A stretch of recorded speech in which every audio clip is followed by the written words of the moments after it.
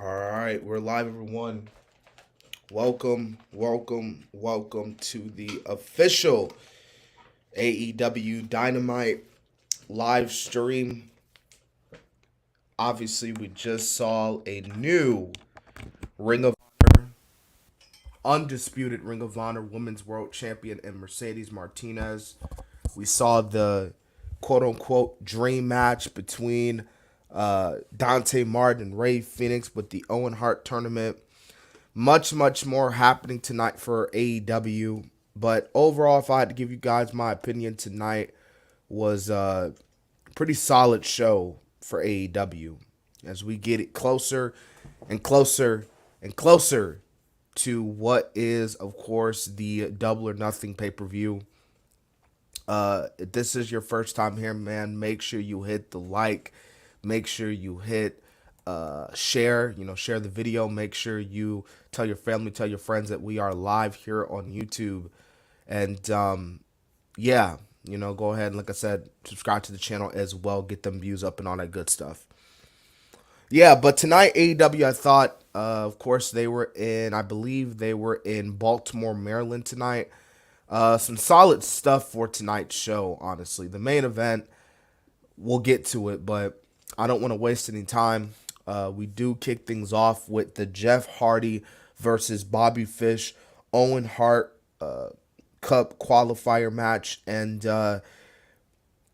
yeah, I mean, Jeff Hardy wins. I mean, I think everybody knew Hardy was going to win. I don't think nobody expected Bobby to win. But nonetheless, yeah, this is a pretty solid opener between the both men. You had Matt in Jeff's corner, like always. You had Kyle O'Reilly out there for his boy, Bobby Fish. But again, regardless of all that, Jeff Hardy hits the Swanton Bomb. And because he hits the Swanton Bomb, Jeff Hardy gets the win. But after the match, and a few people were talking about this, of course, but we see after the match, the Young Bucks make their way down to the ring and they come face to face with the Hardys. Adam Cole is talking about it on commentary, how he was like, yeah, man, I would freaking love to see the Young Bucks and the Hardys go at it. Obviously, hardcore fans would probably know that the Hardy Boys and the Young Bucks faced each other before. But obviously, in AEW sense, this is the first time that they're facing each other in an AEW ring. Uh, and of course, the Young Bucks were checking on their boy Bobby to see if he was okay, and the Hardys do their typical delete stuff. But we see a really good promo, man, with William Regal. Obviously, this was aired on social media this week about the Blackpool Combat Club, but I thought that this was some really good stuff. And even though I already saw it before, not gonna lie, I'm really glad that they put it on the show because I feel like most of the stuff that, and not just AEW, but I feel like even WWE in a sense, like they'll post some stuff on social media that are so good, and it's like, dude, why are you not putting it on your main show? Like, okay, yeah, it's cool that you're putting it on your social media page, but when you're getting out on that main show where everybody watching it, that's when you pull it in. You know what I mean? But as we got our first comment here, next week, Jeff versus Darby. Yes, Jeff Hardy versus Darby Allin. That is happening next week. That should be a really good match. Obviously, everybody compares. Even though I don't like comparisons when it comes to wrestling, I think a lot of people compare Darby to like our modern day version of Jeff Hardy. So, yeah, that should be a good one there, Hardy and Darby. All right, so speaking of the Blackpool Combat Club, as we get William Regal on commentary, we have the club taking on the Butcher, the Blade, and Angelico. And, this was obviously, to be honest, solid match, but this was your typical Blackpool Combat Club. You know, you know what I feel like, man? I really wish at AEW, like, I would really like to see Blackpool Combat Club in like a big feud because right now it just seems like they're running roughshod through these filler and jobber tag teams. Like a Blackpool Combat Club and a House of Black feud. Now tell me you wouldn't want to see that. Me personally, I would personally really like to see that. We got our next comment here. Willa Yuta will be participating in the Super Junior tournament. He will be taking a month off in AEW. I hope Yuta has a really good moment. Yeah, just another example, man, of AEW really like focusing and really having a lot of trust in Willa Yuta to the point where they're like, you know what, let's put him in this tournament here. But yeah, he should have a pretty good tournament over there. Won't be surprised if a certain American Dragon ends up being in like a G1 Climax tournament. I know Danielson has talked about a lot how he wanted to be wrestling over there in the G1 Climax, but we'll see this summer. Sorry I'm late. Just got done my homework. It is okay, C Nation Dog. It is all good. Appreciate you for joining the live stream. Just like I appreciate everybody else joining the live stream as well. Now we get the big, Wardlow makes his way to the ring, and everyone's like, all right, who's this mystery opponent? Because obviously MJF teased it last week that, hey, you have a mystery opponent, and he's 7 foot tall, and you can't teach that. No, it's not. It's not Enzo Amore. It would have been dope if it was Enzo, which is crazy because Enzo Amore was getting chants like that. The crowd was chanting like, "We want Enzo," and then you had the other crowd chanting like, "No, we don't." So that was like kind of funny. But yeah, from Impact Wrestling, William Morsley. I don't know if this is me personally. I don't even think this is gonna lead to a whole Impact and AEW partnership again. We all saw how that partnership went down. It wasn't good in any sense of the word. I think the reason why they just got William Morrissey tonight because obviously Deonna Purrazzo, we saw her tonight, and also she's a part of Impact Wrestling. So I guess they were like, you know what? Because I guess Impact is still a part of the Forbidden Door. Let's get W. Morsley in. So yeah. AEW has never put over an Impact talent besides Josh Alexander. Well, I mean, yeah, but Josh, yeah, that's true. Because everybody was getting fed to Omega. But regardless of that, Wardlow and W. Morrissey, they have a pretty good match here, I thought. Like, this was a really good match. I wish it could have went on for a little bit longer, but it was really good despite it didn't last that long. Wardlow hits a huge power bomb. Like, Wardlow's got strength. And Wardlow wins this match. But as we see now, we're all thinking now, okay, the guys are gonna get in, or they're gonna handcuff, Wardlow like always. But this time, Wardlow's taking out everybody, like by one, by one, by one. Dudes coming from this side of the ring, boom. This side, boom. This side, boom. This side, boom. Like Wardlow just attacking everybody. MJF is sending more and more guys to the point. Wardlow just taking out everybody to the point where he takes one guy and power bombs him on the outside to everybody. And MJF, obviously he was pissed because Wardlow lost the match, and he even gets in the mic even more upset saying, you guys want the match? You guys want to see Wardlow versus MJF? Wardlow, you want to be released from your contract? Well, we're not going to do it in this cesspool. You see, what we're going to do, big man, it's going to be you and me in that ring next week, and I'm going to give you my conditions in a contract signing in the greatest state on planet Earth, the most magical place on planet Earth, Long Island, New York, which, of course, is MJF's hometown. And, yeah, it's going to happen at this point. There's no sugarcoating it. MJF and Wardlow, as we see here. MJF and Wardlow, I think it's going to be a ladder match. It could be, man.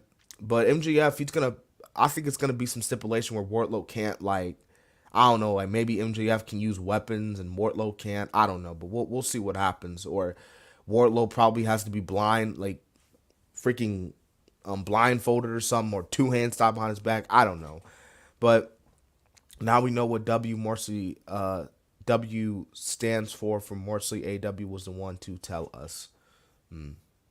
Well, I thought Impact already confirmed that W Morsley stand for William Morsley.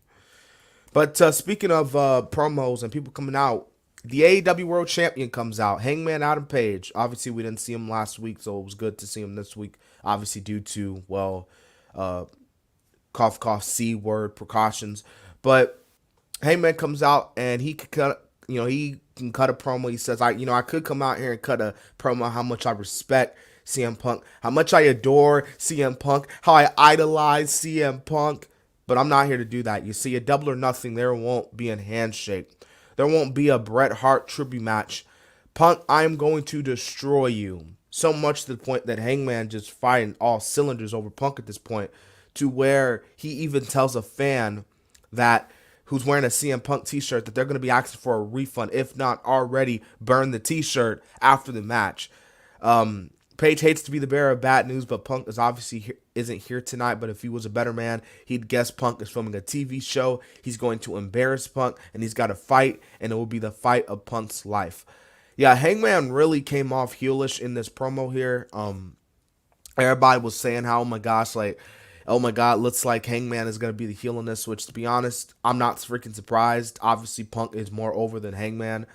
And, yeah, it seems that Hangman and Punk, that's going to be an interesting natural dynamic there, I guess. Who do I think is going to be the Joker in the Owen? I ain't going to, you know what? If I had to choose, I'm probably go with, I know he's not called Cesaro no more, but Claudio, so also known as Cesaro. I won't be surprised if he shows up in AEW and he's a part of the Battle Royale. Like, just something tells me, like, when the Joker card was announced, I was like, oh yeah. Speaking of Double or Nothing, I'm surprised they're not really doing. I'm surprised they're not doing, like, because obviously every year Double or Nothing they would do the Battle Royale, to see who's gonna get that AEW World Title shot. But I guess because, you know, now that they got the Joker card in this scenario with the Owen Hart, I don't know if they're still doing that Battle Royal or not. I don't know, but I never heard Impact Wrestling say W. Morsley. Maybe they did in his debut match, but I did not watch his debut match, so my bad. Hangman will defeat CM Punk. I don't know, man. Punk might actually beat Hangman here, man. Hangman, I feel like with Punk, because, like, Hangman, he hasn't had a bad reign as champ, but Hangman hasn't really felt that. I don't want to say he hasn't been the strongest world champion, but, like, there's something missing from Hangman as world champion, and I don't know. And I think, obviously, AEW really wants to get a lot of names, so people on their, you know, eyes on their brand, so might as well put that title on Punk and do that, I guess. But Hangman Page turned heel tonight, or just heel on the storyline. I don't think it's a heel turn. He's just determined to beat CM Punk. Yeah. Just because he was talking. See, here's the thing. Face versus face storylines don't work necessarily. Because if you have a face versus face storyline, in a sense, then it's just going to be two guys coming out talking about how they respect each other and how they're going to have the greatest match of the life and blah, blah, blah, 5-star match. Like, that's old, repetitive. Like, no one wants to see that. Like, you need to still be like, I'm going to beat your opponent out of respect. So, Hangman is very determined on beating CM Punk. I mean, anyone would in Hangman's shoes. All right, we get Santana versus Chris Jericho next. Santana wastes no time attacking Chris Jericho. I thought this was a really good match here between Chris Jericho and Santana here. Of course, after the match, man, we get the Jericho Appreciation Society beating down Santana Ortiz, which we all knew was going to happen. Like, at this point, they need some help. You know what I mean? Like, Eddie's out. They need some backup. They need some guys, because Jericho Appreciation Side, it's like almost every single time they have feuded with or been in the ring with Santana and Ortiz and Eddie Kingston, they have been able to get the better of the three, because again, it is a 5-on-3 handicap match, and unless you're the Shield, no one can run through a 5-on-3 handicap. It just can't happen. So we get this whole segment with the Varsity Blondes, House of Black. Brian Pillman is out. He's like, look, man, I'm tired. I'm so sick and tired of House of Black running their mouth, acting like they own the place. I still can't stand what they did to our girl, Julia Hart. So House of Black, we're calling you out. House of Black comes out. They beat up the guys. They're freaking look like they're about to jump Julia Hart. They give her the chair. She's about to freaking hit, not Brian Pillman, but she's about to hit the other dude. And everyone's like, oh, like do it. They're trying to convince her to do it, and she just can't do it. But, you know, they're like, you know what I mean? So it looks like they're about to attack her, you know what I mean? So, and Griff Garrison, so she's about to attack Griff Garrison, so yeah. Oh yeah, I forgot to mention the Wizard. Yes, the Wizard, Chris Jericho. Yeah, I don't know when they started calling him the Wizard, Chris Jericho. I don't know. I don't know when they started doing that. Babyface versus babyface match could work if they have them team in a tag team match. Then they have a miscommunication that leads to a match. Well, what the thing with that C Nation dog is that is we see that so many times. Like that happens so much time, so much so like you know it's kind of old now at this point. They need to like try something new. How many names does Chris Jericho have? Le Champion, Demo God, Influencer, Wizard. Well, you got the Man of 1,000 Holds. You got the Best in the World. I'm trying to think. You got the Painmaker. You got the Ayatollah, a rock and roller. You Chris Jericho's got so many freaking names, man. I'm telling you, that dude is freaking crazy. Yeah, Chris Jericho reinvented himself once again. Yes, indeed. Yeah, sorry for bringing that up. Babyface or babyface match. No, it's all good, man. It's all good. It's just that, like, especially in WWE's case, like, we always see the two babyface tag teams and they do that whole ridiculous, can they coexist? It's so old and it's like, come on, like, you got to do something new. All right, so the dream match oh, by the way, actually, before I get to the dream match, I wasn't really feeling this whole House of Black and Varsity Blonde segment. I really wasn't. I mean, Brian Pillman just did not sound believable. And I mean, I don't know how you're going to be able to talk like that knowing fully well you can't stand down in the House of Black. I don't care who you are or what name or who your pops is or anything like that. But, like, come on. And Griff Garrison didn't really do anything either. But everybody was so upset because everybody wanted Julia Hart to, like, do it. And she didn't do it. So she might do it later on. Who knows? But Jungle Boy versus Ricky Starks for the FTW Championship next week, going to be good. I agree. That's going to be really good. I am so thankful that AEW is starting to put Ricky Starks on TV more, like, and Powerhouse Hobbs too. So thank God they're showing him a little bit more, and thank God it's for the FTW Championship because that title's probably the least ranked title in the company, if I'm being honest. But now the dream match. The dream match that Tony Khan's been talking about, the dream match that everyone's been talking about. I bet you heading out of this match, everyone's already calling this match a match of the year candidate. Rey Fénix versus Dante Martin. I mean, this was your typical high-paced, fast-paced, leapfrog, tope suicida, flippity flip, tope kalalo, backflip, front flip, double front flips. I mean, just your typical Rey Fénix and Dante Martin match. Was it a good match? Yes, indeed it was. Rey Fénix gets the win. I had no problem with that. I don't mind Rey Fénix winning the match. And yeah, that was a pretty good match. And of course, the two men show respect to each other after the match. I won't be surprised if Meltzer gets this match 5 stars or crap, he might get this match like 8 stars, because everyone was saying how great it was. Thunder Rosa comes out. She cuts a promo, talks about how she wants to be, the catalyst of the women's division here in AEW, how she wants to be the catalyst for women's wrestling. And this leads to her calling out Serena Deeb, who is the number 1 contender. And this all sets up to Serena Deeb versus Thunder Rosa at Double or Nothing for the title, the women's title, the AEW Women's World title.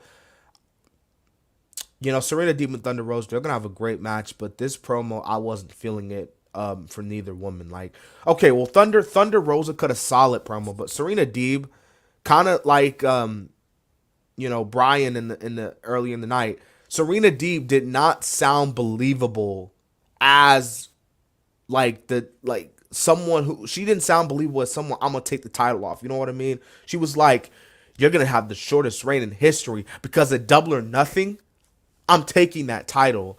It just didn't sound at one point convincing. It didn't sound just believable in a sense. And yes, it's cool that they had Thunder Rosa on TV. I know she hasn't really been on TV since Battle of the Belts. But like, at this point, we're all like, you know what, man, just get to the main event. And then, well, we'll talk about the main event because The main event, I wasn't really feeling that one either. The undisputed Ring of Honor Women's World Championship match, Mercedes Martinez versus Deonna Purrazzo. This is Deonna Purrazzo's first match on AEW, and guys, this match is a prime example of when you take a match and you put zero build. Guys, this match had zero build. And then you wonder why the crowd wasn't really in to this match. Then you wonder, why the main event just wasn't. You know what I mean? Like, we sit up here and we talk about how yes, the women deserve more, especially AEW, how the women deserve more spotlight and all that cool stuff. But like tonight with this main event, main event, it's cool that they main evented, but like it didn't feel like a main event to me. Honestly, you could have had maybe, I don't know, maybe like Wardlow and W. Morsley as the main event. I know some people were even saying you could have had freaking Dante Martin and Ray Phoenix as the main event. So that's saying a lot, And Deonna Purrazzo, she loses, so I know a lot of fans are not happy about that because she just loses. And she just taps out too. Like the way she just tapped, you know what I mean? But yeah. And of course, I'm not really surprised because like Deonna Purrazzo, it's obviously she's won Impact, so it's not like she's gonna be in AEW anytime soon. And I'm talking like full time AEW. So yeah, so the match was just mad, to be honest. I didn't really I wasn't really invested into it. I really feel like what they should have done, and this really reminds me of when they had Jonathan Gresham and Dalton Castle. Like they had that one promo. That match had no build up. It was just like put these two in the ring together just for the sake of we need to get matches on that Battle of the Belts. And tonight, this match could have had some build up. And they didn't really do that in my opinion. No, they didn't do that at all in my opinion. Now, who do I think is going to win the Owen Hart Foundation tournament? I'm going to go with probably, I don't want to say Cole. I don't think Cole might be in the finals, but well, I mean, considering the fact that he has a huge crush on the dude, I wouldn't be surprised if Dax Hartwood wins the men's. And as far as the woman, I would like to see Toni Storm win it. Big on wrestling, good to see you here, playa. About to watch the 2014 Royal Rumble. Cool stuff, cool stuff. The 2014 Royal Rumble was it was a okay show. Okay show. How do I feel about the recent NXT releases? So Malcolm Bivens, it sucks. He's entertaining. It sucks he didn't resign. He was very entertaining. In my opinion, one of the main reasons why Diamond Mine was so cool. Priscilla Perotez, it sucks. She was her and stuff that she did, and Duke Hudson was okay stuff. So I hope she has a good life outside of wrestling. I heard she was thinking about doing an OnlyFans. So I know wrestling fans are excited for that one.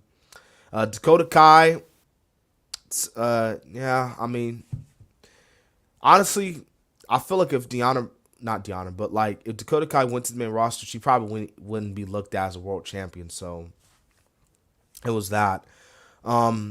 Let's see who else got released. Parker Bordeaux, the Brock Lesnar, the Brock Lesnar of the Brock Lesnar hype up guy. People were hyping that dude up like Brock Lesnar.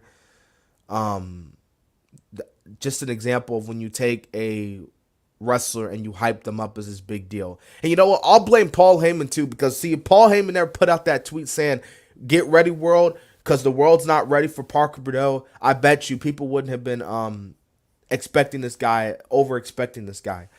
Creed Brothers do not need Diamond Mine. They're a really good tag team. Yeah, check out World of Wrestling on YouTube. I will do probably right after I get done with this review. So yeah, solid show tonight from AEW. Oh, and by the way, Dexter Lumis, yeah, he's going back to Impact. But yeah, this was a solid show from AEW tonight. You know, it was a solid show. Anyways, yeah. I'm watching Raw in 2014. Big Show tossed Brock Lesnar across the ring. I remember that. That was a good sell from Brock when he did that.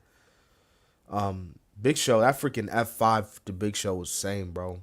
That never gets old. Brock's strength.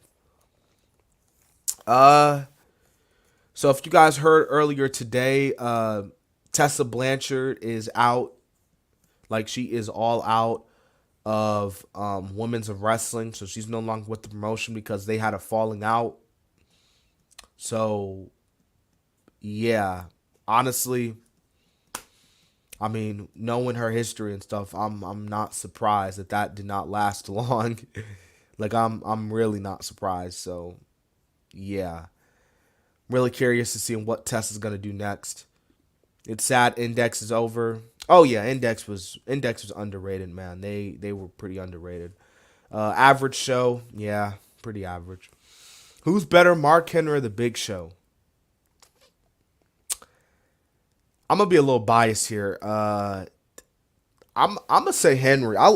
This might shock some people, but I like Mark Henry. Mark Henry, like 2011 Mark Henry, like to me that was prime Mark Henry. All right, like that made me a fan of Mark Henry when he was just beating everybody up. It was like, that's what I do. Just slamming everybody and stuff. Like Mark Henry was freaking dope, bro. He was freaking awesome. I'd probably choose Mark Henry over Big Show. No offense to the Big Show, because Big Show's good, but man, Mark Henry, man, when Mark Henry again, when Henry was on that Hall of Pain stuff, when he was crushing people's legs, I'm telling you, man, that dude was on a whole different level. That man was insane. So, yeah. But that was the show tonight. So yeah, that's pretty much it. I don't really got nothing else to say. I hope you guys enjoyed my review tonight. If you check out my channel trailer, I do have a WrestleMania Backlash. If you haven't checked out the predictions for that show, well, go check it out, please, if you can. Let's see. Mark Henry only had one world title reign in WWE. Yeah, it sucked, man. He could have, he really should have had like more, in my opinion. And like honestly, and I think hopefully you guys remember this, but like when Mark Henry did the fake retirement, man, he should have beat John Cena there. Like he really should have beaten John Cena there. R-Truth's heel run is his best run. Yeah, I agree. R-Truth's when he was like a heel back in 2011, him and freaking Miz, dude. Awesome Truth. Dude, they ran freaking roughshod through the freaking ring, you know what I mean? Like they ran roughshod. They were freaking dope together. Like I was low key sad when they broke up, to be honest with you. So they were freaking awesome, dude. I kind of miss Awesome Truth together. But yeah, man, when he was telling everybody, don't want me or don't boo me, you should be booing yourselves. It was hilarious, man. R-Truth. If R-Truth would have won the title there, I would have had no problem with that.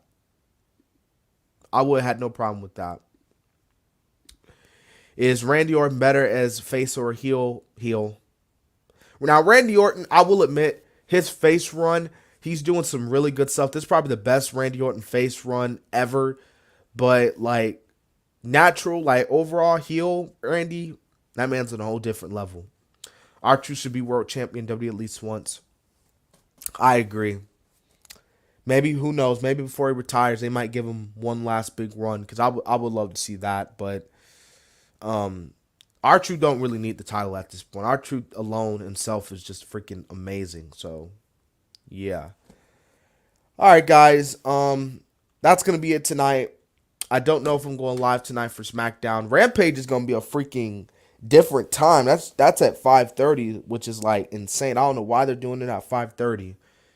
But nonetheless, I hope you guys enjoyed my review of AEW Dynamite. This has been the Kid, DC Wrestling, and so yeah.